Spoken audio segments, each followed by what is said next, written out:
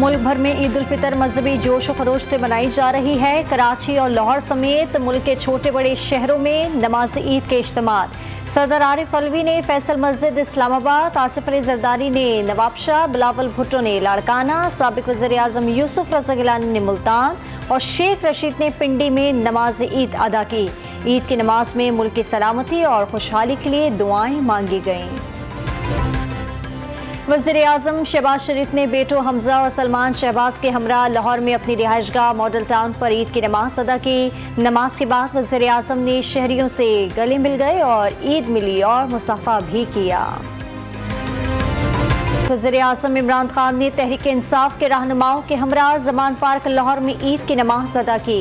इस मौके पर मुल्क की सलामती और तरक्की के लिए खुसूसी दुआ की गई। PTI रहनुमा शाह महमूद कुरैशी ने मुल्तान में ईद की नमाज पढ़ी।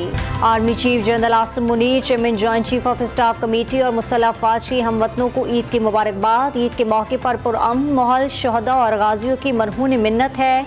ISPR का बयान। दिफाई वतन का जज्बा सिर्फ जान नहीं मांगता बल्कि दिलों के अरमान भी कुर्बान करना पड़ते हैं। बहादुर और जरी जवान ईद के मौके पर भी अपनों से दूर दिफाई वतन के लिए सीना सफर, खाना, मिठाई, गीत और ड्यूटी। ईद का दिन जवानों के साथ। गवर्नर सिंध कामरान टिसोरी, एडमिनिस्ट्रेटर कराची और आला सरकारी हुकाम ने बाग़ जिना कराची में ईद की नमाज पढ़ी। 50,000 शहरियों को डिनर की दावत। गवर्नर हाउस में आज कवालियां भी कराने का ऐलान।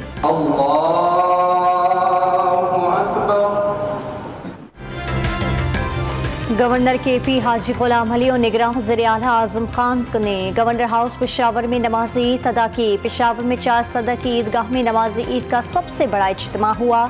बलूचिस्तान के छोटे बड़े इलाकों में ईद की नमाज के इज्तिमात हुए। चेयरमैन सेनेट सादिक संजानी ने कोयटा में नमाज पढ़ी। गवर्नर बलूचिस्तान ने जेल में कैदियों के साथ ईद मनाई। बच्चों ने हर एक से ईदी निकलवा कर जेबें भर ली। झूले झूलकर आइसक्रीम और कोल्ड ड्रिंक समेत खा पी कर ईदी लुटाना शुरू कर दी। पेशावर में बच्चों की तफरीह के लिए मेला लग गया। ईद की नमाज पढ़ ली। सेवइयों और शीरखुरमे से तवाज़ा। कुछ देर बाद मेहमानदारी का सिलसिला शुरू होगा। बिरयानी, कढ़ाई, कोरमे और मखसूस पकवानों की खुशबू से गली कूचे महक उठे। ब्यूटी पार्लर्स में चेहरे निखारने और जुल्फे संवारने का सिलसिला जारी। हेयर कटिंग, फेशियल और स्किन ट्रीटमेंट का रुझान। सजने संवरने की धुन में मर्द भी किसी से पीछे नहीं। हेयर कटिंग और फेशियल कराने में मसरूफ। 14 मई को इलेक्शन होते नजर नहीं आ रहे। अगर हुए भी तो उन्हें कोई तस्लीम नहीं करेगा। उसूली मौक़िफ़ है इलेक्शन एक साथ हों। हुकूमत मुज़ाकरात के लिए तैयार है। PTI से मुज़ाकरात के लिए टीम तश्कील दे दी। वज़ीर दाखिला राना सनाउल्लाह की गुफ्तगू। इंसानी हुकूक की पामाली के खिलाफ ओवरसीज पाकिस्तानी आवाज़ उठाए। जमहूरियत खतरे में है। छोटा सा माफिया सब कुछ कंट्रोल में लेने का ख्वाहिशमंद है। इलेक्शन से भाग रहा है। इमरान खान का तकरीब से खिताब। आइन और कानून के मुताबिक इंतखाबात 90 रोज में होते हैं, लेकिन दिन आगे बढ़ गए हैं। अब फैसले सड़कों पर होंगे। सऊदी शहजादे ने भी इलेक्शन कराने को कह दिया। शेख रशीद का दावा। सब जमातों की एक ही राय है, पूरे मुल्क में इंतखाबात एक साथ हों। सिर्फ एक सूबे में इलेक्शन नहीं होना चाहिए। 26 तारीख को सरबराह इजलास है जिसमें आइंदा के लाही अमल का फैसला किया जाएगा। यूसुफ रज़ा गिलानी की गुफ्तगू। ईद के मौके पर PIA के किरायों में वाज़े कमी। अंदरूनी मुल्क किराए में 20% कमी। 25 अप्रैल तक इतलाक होगा। पाकिस्तान रेलवे का ईद उल फितर के मौके पर तमाम ट्रेनों के किरायों में 33% रियायत देने का ऐलान।